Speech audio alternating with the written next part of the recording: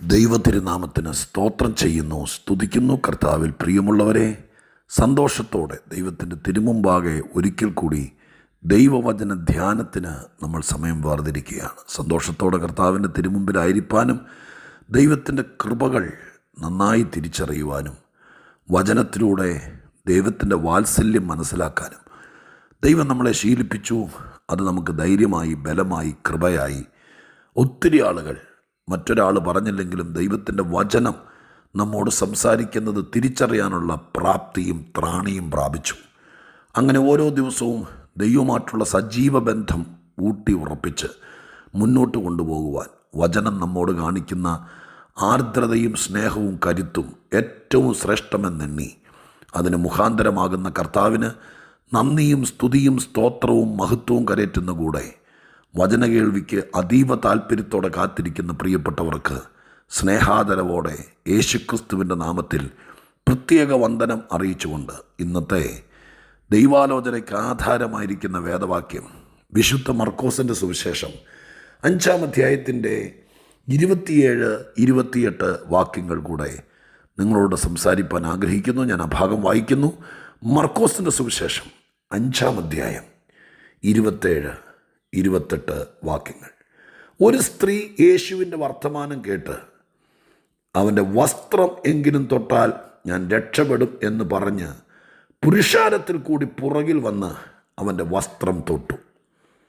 ഞാൻ രക്ഷപ്പെടും എന്ന് പറഞ്ഞ് പുരുഷാരത്തിൻ്റെ പുറകിൽ കൂടെ വന്ന് അവൻ്റെ വസ്ത്രം തൊട്ടു.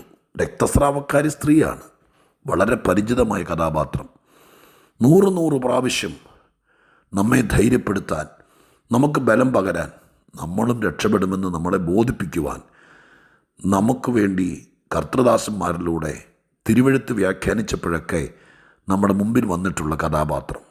യേശുക്രിസ്തുവിൻ്റെ ഐഹിക ജീവിതകാലത്ത് സ്വന്തം പ്രയത്നത്താൽ എല്ലാം തീർന്നു എന്ന് വിചാരിച്ച സ്ഥാനത്ത് ആരും സഹായമില്ലാതെ, ആരുടെയും അഭിപ്രായം ആരായാതെ പുരുഷാരത്തിൻ്റെ ഇടയിലൂടെ സ്വന്തം തീരുമാനത്തോടെ തിക്കിത്തിരക്കി കയറി വന്ന് കർത്താവിൻ്റെ വസ്ത്രത്തിൽ എത്തിപ്പിടിച്ച് ദൈവിക ശക്തിയെ ആർജിച്ചെടുത്ത് ജീവിതത്തിൽ ധന്യത നേടി, സൗഖ്യം നേടി, ആയുസ് നീട്ടിയെടുത്ത് ക്രിസ്തുവിൻ്റെ സാക്ഷിയാക്കി വേദപുസ്തകത്തിൻ്റെ പ്രഭാഷണ വിഷയങ്ങളിൽ ഒന്നായി മാറാൻ ഈ ഭൂമിയിലൊരു ജന്മം കൊണ്ട് ഭാഗ്യം ലഭിച്ച മഹാഭാഗ്യവതികളിൽ ഒരാളായിരിക്കുന്ന പേര് പറയാത്ത രക്തസ്രാവക്കാരി സ്ത്രീ.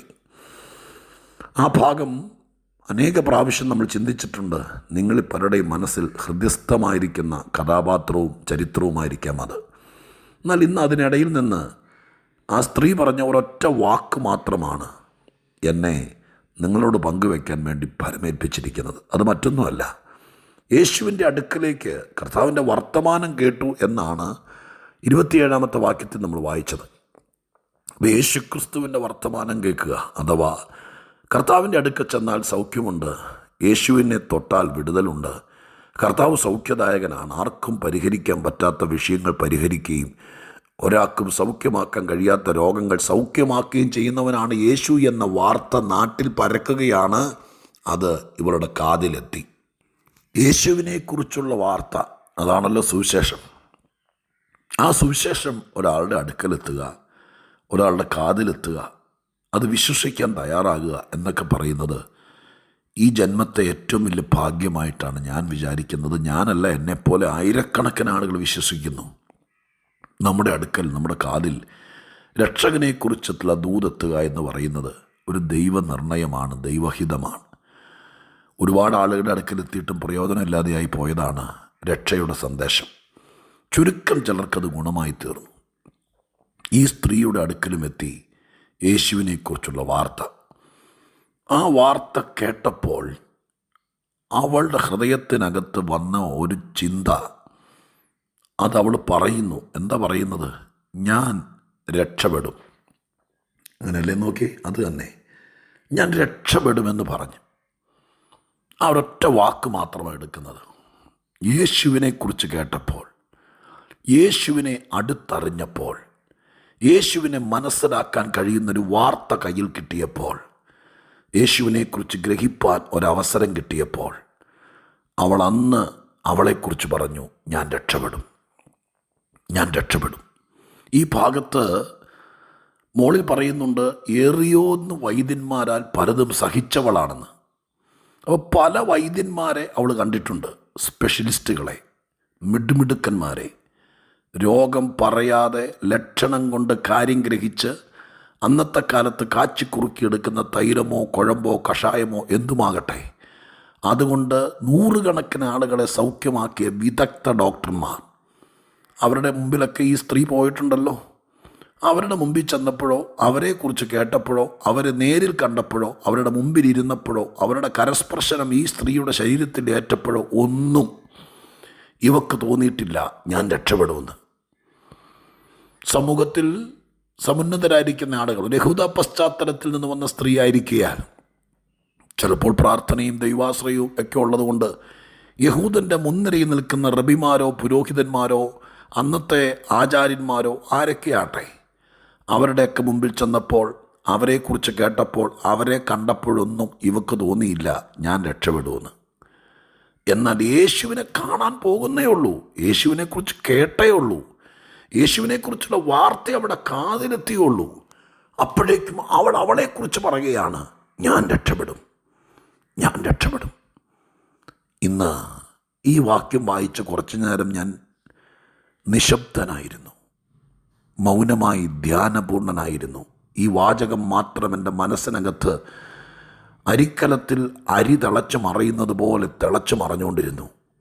ആ ചിന്തയിൽ, ആ ധ്യാന നിമിഷങ്ങളിൽ വാസ്തവത്തിൽ പരിശുദ്ധാത്മാവ് എന്നോട് പറഞ്ഞു, യേശുവിനെക്കുറിച്ച് കേൾക്കാൻ ഭാഗ്യം ലഭിച്ചവരാണ്, യേശുവിൻ്റെ വാർത്ത കേട്ടവരാണ്.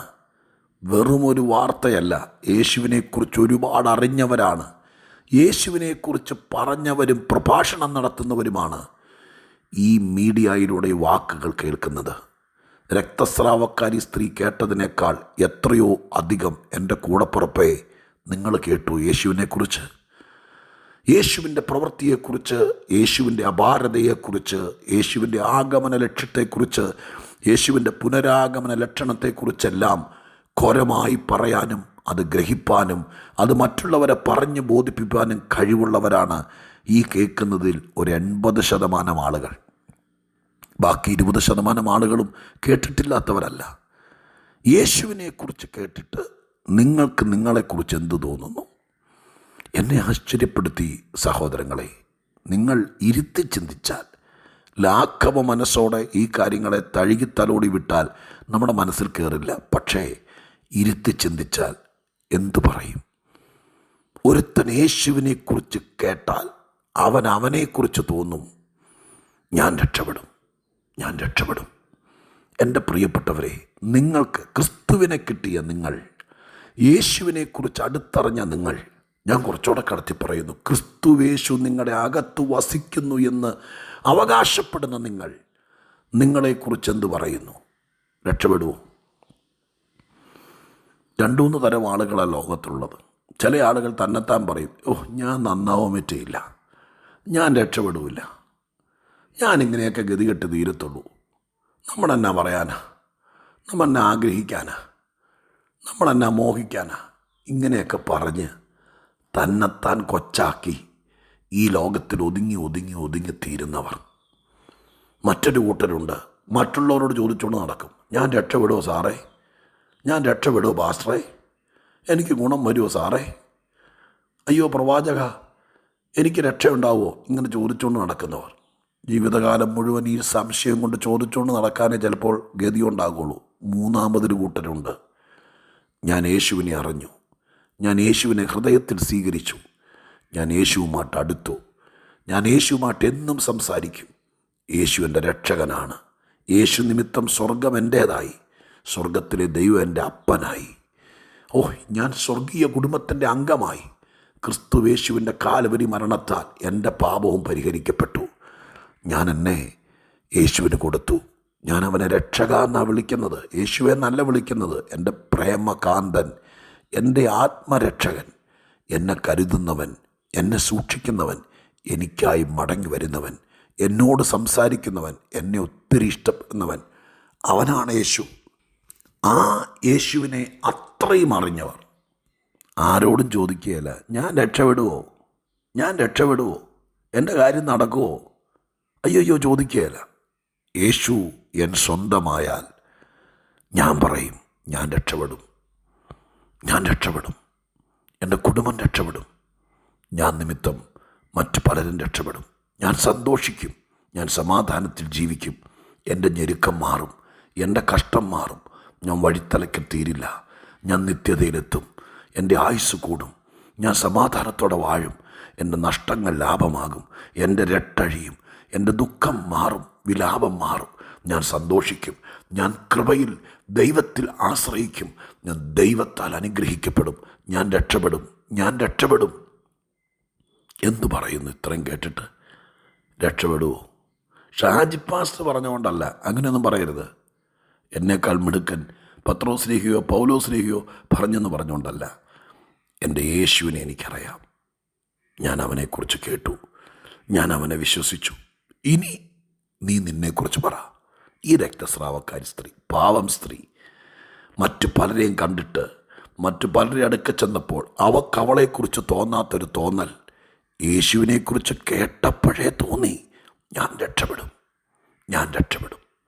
കർത്താവിനെക്കുറിച്ച് ആര് കേൾക്കുന്നോ അവന് തോന്നാൻ തുടങ്ങും, ചത്തേക്കാം, ആറ്റിച്ചാടിയേക്കാം, കെട്ടിത്തൂങ്ങിയേക്കാം, തീവണ്ടിക്ക് തല വെച്ചേക്കാം എന്ന് പിന്നെ തോന്നിയല്ല.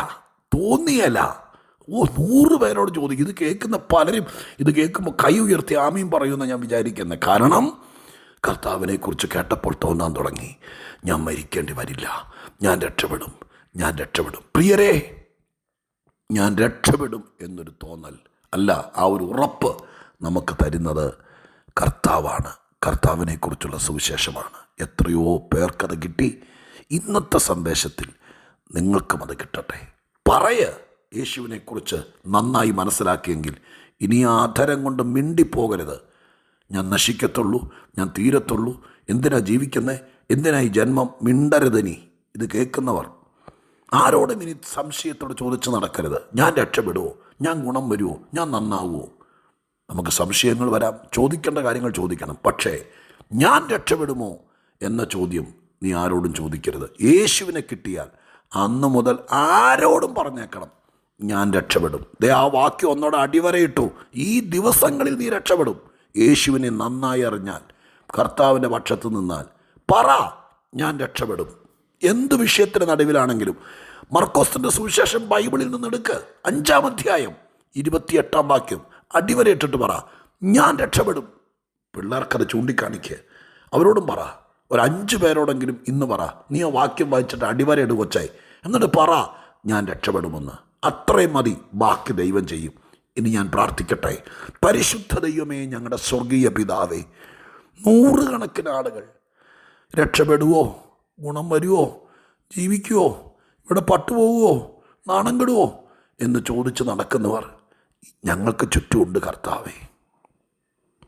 ഞങ്ങൾ അങ്ങയെക്കുറിച്ചാണ് പറയുന്നത്, അങ്ങയെക്കുറിച്ച് അറിഞ്ഞത്.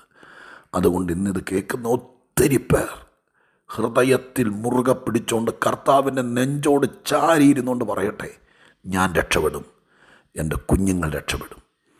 ജീവിതത്തിൽ ഒറ്റപ്പെട്ടു പോയവർ, വിധവമാരായി പോയവർ, 2 കൈക്കുഞ്ഞുങ്ങളുമായി ജീവിക്കാൻ ഭാരപ്പെടുന്നവർ, ജോലി നഷ്ടപ്പെട്ടവർ, ഈ ദിവസങ്ങളിൽ മനഃപൂർവ്വമായിട്ട് ആരോ ചതിച്ചവർ, കൈകൾ ശൂന്യമായവർ, ആരൊക്കെ എന്നെ കേട്ടാലും അവരോട് എൻ്റെ കർത്താവ് പറയണം, പറയണ മോനേന്ന്, ഞാൻ രക്ഷപ്പെടുമെന്ന് പറ. ആർക്കും നിന്നെ തോൽപ്പിക്കാൻ പറ്റത്തില്ലെന്ന് പറയിപ്പിക്കണം. അപ്പ നിരാശ മാറട്ടെ, ഭാരം മാറട്ടെ, ഞാൻ രക്ഷപ്പെടും. അതിന്ന് ഈ ഭൂമിയിൽ നിന്ന് 10,000-കണക്കിന് ആളുകൾ സ്വർഗത്തിലേക്ക് നോക്കിയിട്ട് പറയട്ടെ, ഞാൻ രക്ഷപ്പെടും. ഈ സ്ത്രീ ഞങ്ങൾക്കൊരു മാതൃകയാണ്. അങ്ങയെ തൊട്ട, അങ്ങയുടെ വസ്ത്രത്തിൻ്റെ തൊങ്ങൽ തൊട്ട ഈ സ്ത്രീ, ഞങ്ങൾ ഈ വചനത്തിൽ നിന്ന് അത് അടർത്തിയെടുക്കുന്നു. ഞാൻ രക്ഷപ്പെടും, എൻ്റെ കുഞ്ഞുങ്ങൾ രക്ഷപ്പെടും, എൻ്റെ കുടുംബം രക്ഷപ്പെടും, എൻ്റെ പ്രസംഗം കേൾക്കുന്നവർ രക്ഷപ്പെടും. ഞാനത് വിശ്വസിക്കുന്നു. യേശു ക്രിസ്തുവിൻ്റെ നാമത്തിൽ പ്രാർത്ഥിക്കുന്നു. കേൾക്കണമേ പിതാവേ. ആമേൻ.